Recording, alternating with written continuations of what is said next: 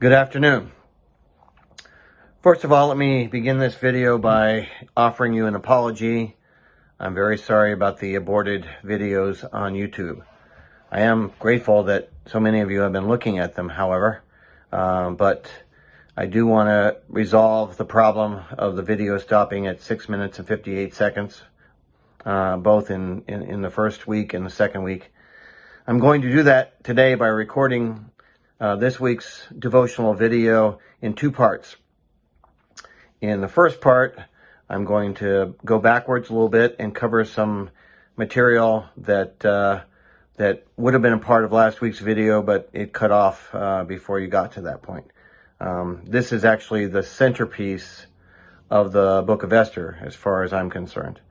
Now, you all know, as we covered last week,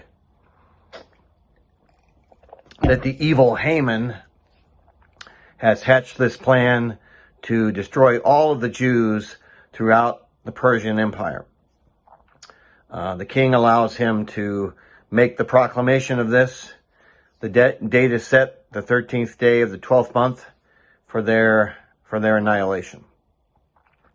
When the Jews hear this news, of course, they are grieved by it greatly throughout the empire. And when Mordecai hears the news, he puts on sackcloth and ashes, tears his clothing and puts on sackcloth and ashes, and goes through the streets of Susa wailing and crying. And he makes his way to the gate to the king's courtyard. Only he's not allowed to enter it because you can't go into the king's courtyard apparently wearing sackcloth and ashes. He wants to get a message to Esther. Esther hears about Uncle Mordecai being there at the courtyard gate, and she sends him some clothes so that he can change out of the sackcloth and put the clothes on and enter through the gate. But Mordecai refuses. He is determined to remain in his mourning clothes because of the proclamation for the annihilation of the Jews. He sends a message to Esther, asking her to use her newfound position as queen of the empire to intercede for her people with the king and get him to reverse this decision. Apparently, though, there's this little known law within the Persian Empire. When the king is seated on his throne in the throne room, no one is allowed to enter unless they are summoned. And if you enter the throne room without having been invited to come in, it could mean your death.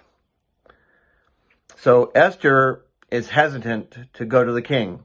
She says that he has not summoned her since she became queen, since she was crowned, with all that business with the beauty treatments and 6 months of charm lessons, essentially, that resulted in her being chosen as queen.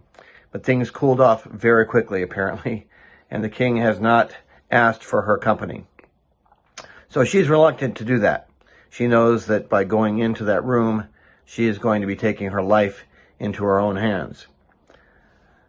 Now, Mordecai sends a message back to her saying that if she does not do this, that there will be relief that will spring up somewhere from within the kingdom, from some other party that will save her people. But she herself may end up being destroyed, she and her family, if she doesn't do what is right here.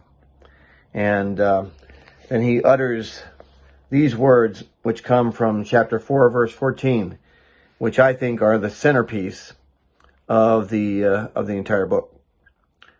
He says, "Perhaps you have come to this royal dignity for just such a time as this."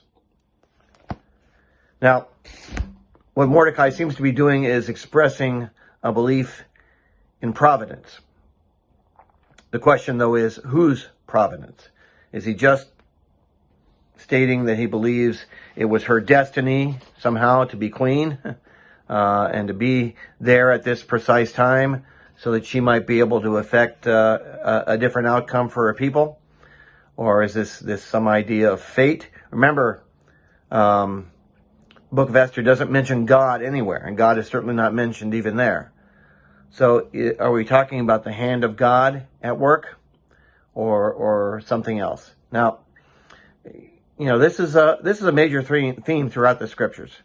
I mean, the whole story of Joseph, arguably, is about this, providence.